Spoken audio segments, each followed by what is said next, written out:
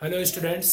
आज की क्लास में हम लोग डिस्कस करेंगे फिजियोलॉजी ऑफ मसल कंट्रैक्शन। इससे पहले की क्लास में हमने एनाटॉमी देखी थी, माइक्रोस्कोपिक एनाटॉमी, जिसमें मसल फाइबर्स में का मसल फाइबर का स्ट्रक्चर देखा था और मसल फाइबर्स के अंदर जो मायोफाइब्रिल्स हैं वो किस तरीके से अरेंज्ड हैं। फिजियोलॉजी पढ़ने से पहले हमें जानना है न्यूरो मस्कुलर जंक्शन क्या है, what is the NMJ. Neuromuscular junction क्या है? न्यूरॉन और मसल, ये मसल बना है, मसल फाइबर, और ये है न्यूरॉन का नर्व टर्मिनल है। मोटर न्यूरॉन आ रही है, ब्रेन से मोटर न्यूरॉन आ रही है, उनके बहुत सारे एंड्स होते हैं, नॉब होते हैं, तो ये साइनेप्टिक नॉब कहते हैं इसको। मोटर न्यूरॉन का ही एंड है वो। और इसी साइनेप्टिक नॉब में बहुत सारे वेसिकल्स होते हैं और इन्हीं वेसिकल्स में एसिटाइल कोलिन स्टोरेज है। एसिटाइल कोलिन क्या है? एक न्यूरो है। हम इस मोटर न्यूरॉन या न्यूरोमस्कुलर जंक्शन क्या है? Junction connection. जंक्शन है क्या कि इसके बीच में कनेक्शन है, कोई कनेक्शन है न्यूरॉन और मसल के बीच में कोई कनेक्शन है, तो इसको region between motor neuron and sarcolemma of muscle fibre is called neuromuscular junction. ये अगर ये जो जंक्शन है इसी को हम कहते हैं साइनेप्टिक क्लेफ्ट। न्यूरॉन और न्यूरॉन के बीच में या न्यूरॉन अदर किसी ऑर्गन के बीच में जो कनेक्शन, जो रीजन है, उसको हम साइनेप्टिक क्लेफ्ट कहते हैं। लेकिन इन दिस केस ये न्यूरॉन और स्केलेटल मसल्स के बीच में कनेक्शन है, इसीलिए इस कनेक्शन को हम कहते हैं न्यूरोमस्कुलर जंक्शन। ये साइनेप्टिक क्लेफ्ट है जहां पे ये एसिटाइल कोलिन रिलीज होगा। तो मोटर न्यूरॉन का जो साइनेप्टिक नॉब है, ये साइनेप्टिक नॉब जो इंड है मोटर न्यूरॉन का, यहीं पे जो वेसिकल्स हैं, और इन्हीं वेसिकल्स में न्यूरोट्रांसमीटर हमारा क्या है? Acetyl choline. न्यूरोमस्कुलर जंक्शन के केस में क्या है? एसिटाइल कोलिन है। वो स्टाइल कोलिन इसी में स्टोरेज रहता है। जब नर्व इम्पल्स यहाँ पे ब्रेन से आ रही है, नर्व इम्पल्स जब ये पहुंचती है साइनेप्टिक नॉब में, तो ये एसिटाइल कोलिन ये क्या करते हैं? ये वेसिकल्स डिफ्यूज होते हैं प्लाज्मा, इसी न्यूरो प्लाज्म से, न्यूरोलेमा से, ये न्यूरॉन की मेम्ब्रेन है, उसी न्यूरॉन मेम्ब्रेन से ये फ्यूज्ड हो जाती हैं और अपना जो एसिटाइल कोलिन है, जो न्यूरोट्रांसमीटर है, वो इसी साइनेप्टिक क्लेफ्ट में, इसी साइनेप्टिक गैप में रिलीज कर देते हैं। तो ये एसिटाइल कोलिन यहाँ पे न्यूरोट्रांसमीटर रिलीज हो गया है। अब क्या है? उसी के साथ ये मसल फाइबर, ये मसल फाइबर, हर मसल फाइबर्स में नर्व टर्मिनल्स होते हैं, पहुंचते हैं।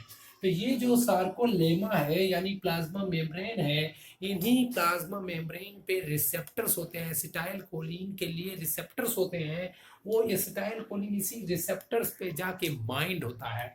जब एसिटाइल कोलिन इस रिसेप्टर से बाइंड होगा, उसके कॉन्सिक्वेंस क्या होंगे कि सोडियम चैनल, जो प्लाज्मा मेम्ब्रेन पे सोडियम चैनल है, वो ओपन हो जाती है, यानी सोडियम की परमेबिलिटी बढ़ जाती है। तो सोडियम चैनल जब ओपन होंगे तो सोडियम इंटर करेंगे बाहर, सोडियम अंदर की तरफ इंटर करेंगे। जब इंटर करते हैं तो बाहर ऐसे रेस्टिंग स्टेज में क्या होते हैं कि पॉजिटिव चार्ज बाहर होता है और निगेटिव चार्ज अंदर होता है। क्योंकि हम सबको पता है कि 3 सोडियम बाहर पंप होते हैं और उसके अगेंस्ट 2 पोटेशियम अंदर आते हैं, जिसके उसमें हमें एक पॉजिटिव चार्ज बाहर की तरफ मिलता है। इसी के लिए बाहर क्या होता है? रेस्टिंग मेम्ब्रेन पोटेंशियल क्या है? बाहर पॉजिटिव होता है और अंदर निगेटिव होता है। लेकिन यहाँ पे जब एसिटाइल कोलिन रिसेप्टर से बाइंड होते हैं तो ये सोडियम चैनल ओपन होते हैं और सोडियम अंदर की तरफ इंटर करते हैं। सोडियम अंदर इंटर करते हैं तो हमारा जो पॉजिटिव चार्ज बाहर था, अब वो पॉजिटिव चार्ज अंदर हो जाएगा। इसी को कहते हैं रिवर्सल ऑफ चार्ज हो रहा है। यहाँ क्या हो रहा है? Reversal of charge. This reversal of charge called depolarisation. तो ये सोडियम अंदर आने से क्या हो रहा है? अभी डीपोलराइजेशन। इसी को हम कह सकते हैं कि एक्शन पोटेंशियल डेवलप हो गया। एक्शन पोटेंशियल मतलब कुछ एक्शन करवाने की पोटेंसी अब यहाँ पे डेवलप हो गई है। वो एक्शन क्या है भाई? मसल कंट्रैक्शन ही एक्शन है। ठीक है। तो अब क्या हुआ, डिपोलराइजेशन है, एक्शन पोटेंशियल, वो एक्शन पोटेंशियल डिपोलराइजेशन पूरे प्लाज्मा मेम्ब्रेन में पूरे सार्कोलेमा पे रन करता है। यही डिपोलराइजेशन सार्कोलेमा अलोंग सार्कोलेमा ये एक दूसरे को स्टिमुलेट करते हैं, और ये नर्व इम्पल्स एक तरह से जैसे होती है यहाँ पे रन कर रही है, वैसे ये डिपोलराइजेशन भी रन करता है। और यहाँ पे सार्कोलेमा को जो इन्फोर्स होते हैं कुछ, जिनको हम कहते हैं टी टिब्यूल्स, ट्रांसवर्स टिब्यूल्स होते हैं, ये सार्कोलेमा की इनफोल्डिंग्स है। वो जो डीपोलराइजेशन है वो सार्कोलेमा के लॉन्ग इस टी टिब्यूल के थ्रू अंदर यानी सार्कोप्लाज्म में भी ये डीपोलराइजेशन रन करता है। ठीक है। और इसी टी टिब्यूल से ये बहुत सारे सार्कोप्लाज्मिक रेटिकुलम, हम लोगों ने पढ़ा है कि मायोफाइब्रिल्स के अराउंड सार्कोप्लाज्मिक रेटिकुलम का जाल होता है। वो सार्कोप्लाज्मिक रेटिकुलम, वो डीपोलराइजेशन ये सार्कोप्लाज्मिक रेटिकुलम को भी स्टिमुलेट करता है। ठीक है। तो सार्कोप्लाज्मिक रेटिकुलम को स्टिमुलेट करेगा, तो जो सार्कोप्लाज्मिक रेटिकुलम में कैल्शियम है वो कैल्शियम रिलीज होते हैं, रिलीज होता है। तो एक बार फिर से यहाँ पे देखेंगे क्या है भाई, नंबर 1 क्या होगा, nerve impulse arrives at axonal terminal, axon terminal, then acetylcholine neurotransmitter released into synaptic cleft. Number 1 point हुआ। नंबर 2 पॉइंट क्या हुआ, acetylcholine bind with receptor on sarcolemma of skeletal muscle that open sodium channel that cause depolarization, reversal of charge, action potential, जो भी कुछ कहा हो। तो this depolarisation, second point क्या हुआ कि ये डीपोलराइजेशन डेवलप हुआ। थर्ड पॉइंट क्या हुआ, depolarisation stimulate calcium, calcium release from sarcoplasmic reticulum. This depolarization stimulates sarcoplasmic reticulum to release calcium. अब क्या होगा, ये कैल्शियम रिलीज होने के बाद this calcium bind with troponin, हमने पढ़ा हुआ है थिन फिलामेंट किसका बना हुआ है, एक्टिन, ट्रोपोनिन और ट्रोपोमायोसिन का। तो एक्टिन क्या है, मेन फिलामेंट है हमारा, ये एक्टिन अगर है कोई तो एक्टिन मेन फिलामेंट है। इन्हीं के ऊपर ट्रोपोमायोसिन एक फिलामेंट होता है, ट्रोपोमायोसिन, और ट्रोपोमायोसिन के साथ अटैच है ट्रोपोनिन। तो क्या होता है कि ट्रोपोमायोसिन इस बाइंडिंग साइट को, एक्टिन की जो बाइंडिंग साइट है उसको कवर करे रहता है ट्रोपोमायोसिन। जब ये कैल्शियम ट्रोपोनिन से बाइंड होता है तो वो ट्रोपोमायोसिन जो है वो ट्विस्ट होकर इस तरफ आ जाता है, जिससे कि एक्टिन की जो साइट है वो ओपन हो जाती है। तो फिर क्या होगा, जब कैल्शियम रिलीज हुआ तो calcium bind with troponin that expose binding site at actin filament, actin filament जो एक्टिन के ऊपर जो बाइंडिंग साइट है मायोसिन के लिए, जो बाइंडिंग साइट है वो बाइंडिंग साइट के लिए ओपन हो जाता है। यहाँ पे देखिए ये ट्रोपोनिन रेड वाली जो है, रेड वाली जो फिलामेंट है वो ट्रोपोमायोसिन है। उसने क्या किया हुआ है कि कवर किया हुआ है, बाइंडिंग साइट को कवर किया हुआ है, और उसी ट्रोपोमायोसिन के साथ ब्लू वाला जो है ये ट्रोपोनिन है। तो जब कैल्शियम ये ट्रोपोनिन के साथ अटैच होता है, यानी कैल्शियम ट्रोपोनिन कॉम्प्लेक्स जब बनाता है तो ये ट्रोपोमायोसिन ट्विस्ट हो जाता है। ट्विस्ट होने से क्या होगा कि वो अब जो बाइंडिंग साइट को एक्सपोज कवर किया था वो अब एक्सपोज हो जाएगा। ठीक है कि अब ये क्या हुआ फोर्थ स्टेप में कि अब वो जो एक्टिन पे बाइंडिंग साइड था वो ओपन हो गया है, एक्सपोज हो चुका है। अब क्या होगा, मायोसिन हेड जो है, ये मायोसिन हेड यहाँ पे तैयार है। मायोसिन अब क्या साइमल्टेनियसली क्या करेंगे, जो माइटोकॉन्ड्रिया एटीपी जनरेट कर रहा है लगातार ना, तो ये मायोसिन हेड जो होते हैं, ये मायोसिन हेड यहाँ पे बनाया है मायोसिन हेड, ये मायोसिन हेड है, ये मायोसिन फिलामेंट है और ये मायोसिन हेड है।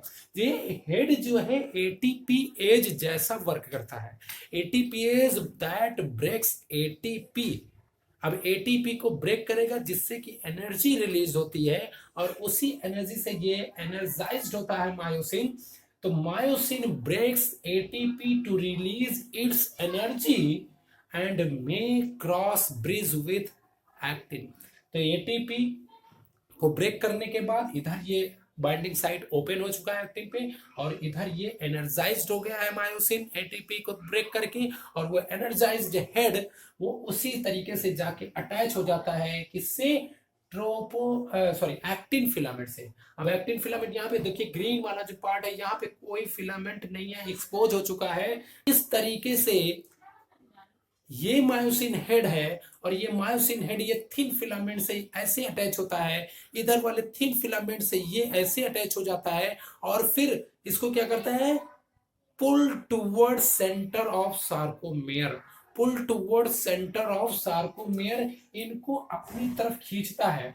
तो अभी यहां पे देखिए कि ये सार्कोमेयर है हमारा, ये सार्कोमेयर है। अब जब थिन फिलामेंट इसी सार्कोमेयर से अटैच है, इसी जेड लाइन से अटैच है, और जब ये हेड इनको दोनों को खींचेगा थिन फिलामेंट का, तो जेड, ये जो जेड लाइन है वो भी शॉर्ट होगा। तो हमने डैश डैश बनाई, यानी ये वाली जो पार्ट है जेड लाइन खिसक कर मूव होकर यहाँ आ गई। तो क्या हो रहा है कि सार्कोमेयर जो इतना था वो सार्कोमेयर अब क्या हो गया, शॉर्ट हो गया।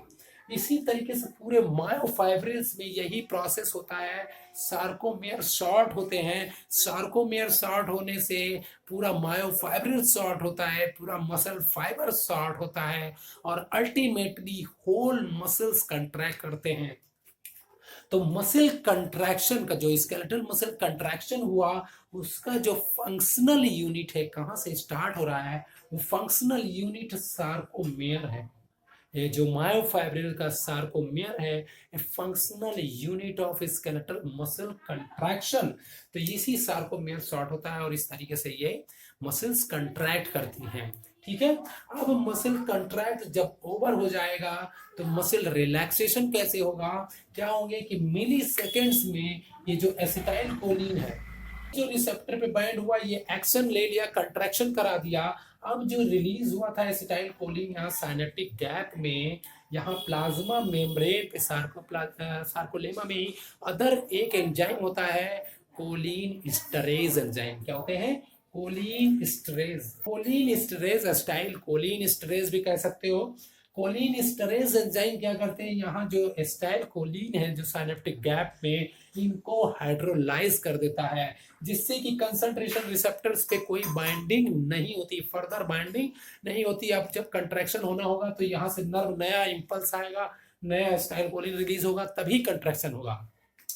तो यहाँ पे जो एस्टाइल कोलिन रिलीज थे वो सारे हाइड्रोलाइज कर देंगे, रिसेप्टर पे कोई बाइंडिंग नहीं होगी, सोडियम चैनल ओपन नहीं होंगे, डिपोलराइजेशन नहीं होगा, तो सार्कोप्लाज्मिक रेटिकुलम भी स्टिमुलेट नहीं होगा, और ये जो कैल्शियम बचा हुआ जो कैल्शियम है वो पंप हो जाता है फिर से सार्कोप्लाज्मिक रेटिकुलम में, फिर से रिटर्न हो जाते हैं। इसके लिए पंप है वहां पे, है ना, कैल्शियम पंप है, वो पंप कर देते हैं सार्कोप्लाज्मिक रेटिकुलम में, रिवर्स हो जाता है, तो कैल्शियम का लेवल कम हो जाता है, जिससे कि ट्रोपोनिन के साथ बाइंडिंग नहीं होती, और बाइंडिंग नहीं होती तो वो जो साइट है वो फिर से अपने वापस पोजीशन पे, ट्रोपोमायोसिन उसी एक्टिन फिलामेंट को कवर करने फिर से आ जाता है, यानी बाइंडिंग साइट फिर से क्लोज्ड हो जाता है, और क्लोज हो जाता है जो ये मायोसिन है वो भी फर्दर उस पर एक्शन नहीं कर पाता है। तो ये सारी प्रोसेस रिवर्स हो जाती हैं, और सार्कोमेयर फिर अपनी ओरिजिनल स्टेट में फिर से आ जाते हैं। इसी को हम कहते हैं मसल रिलैक्सेशन।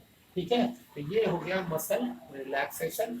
तो नेक्स्ट क्लास में हम नया टॉपिक पढ़ेंगे। Thank you very much.